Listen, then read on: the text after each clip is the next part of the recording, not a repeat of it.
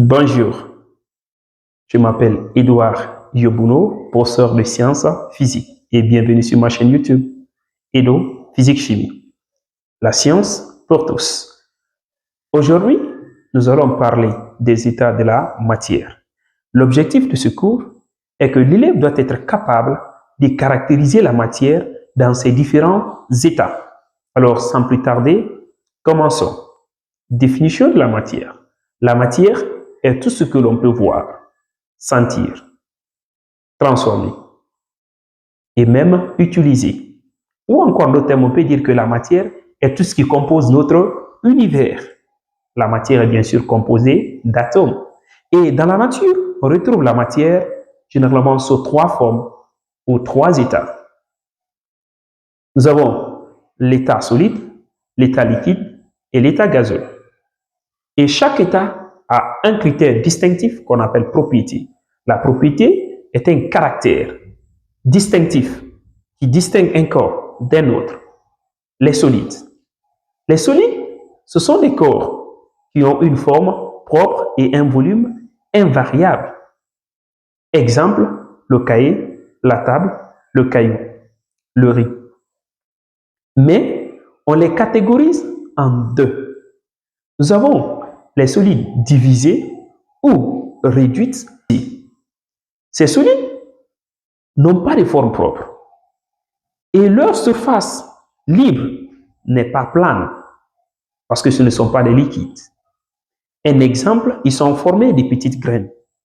Un exemple, nous avons le riz, la farine, le fonio, le mil, etc. Les solides compacts, quant à eux, ils ont une forme propre et un volume invariable. Exemple, le caillou, le bois, etc. Maintenant, attaquons maintenant les liquides. Les liquides, ce sont des corps qui n'ont pas de forme propre et ils ont un volume quasiment invariable. Mais eux, leur surface libre au repos, elle est plane et horizontale, quelle que soit l'inclinaison du récipient. Un exemple, l'eau, l'huile, le café, etc., etc. Maintenant, parlons maintenant des gaz. Les gaz, ce sont des fluides. Ce sont des corps qui ont la possibilité de couler, comme les liquides, bien sûr. Et ils ont aussi des propriétés qui les distinguent des autres. Les propriétés les plus connues sont, il faut savoir que les gaz sont compressibles. Un gaz est dit compressible, c'est lorsqu'on peut diminuer son volume. Et encore une autre propriété qui est l'expansibilité. Un gaz est dit expansible, c'est lorsque on donne, il occupe tout l'espace qui lui est offert. L'air, un exemple d'un gaz. L'air, le gaz carbonique, le chlore, etc., etc. Il faut savoir que la plupart des gaz sont incolores et inodores. Incolores, pas de couleur, inodores, sans odeur, tels que le gaz carbonique, appelé le CO2 par les scientifiques.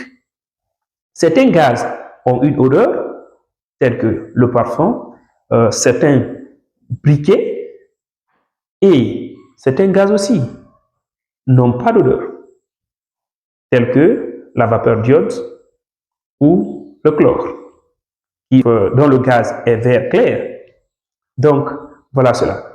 NB, il faut retenir une chose, que les solides divisés, les liquides et les gaz n'ont pas de forme propre. Merci et surtout n'oublie pas de partager la vidéo, de la liker, de la commenter et surtout donne-moi un pouce bleu comme je l'ai dit parce que ça va me donner la motivation de faire encore plus de vidéos. Alors à la prochaine. Merci.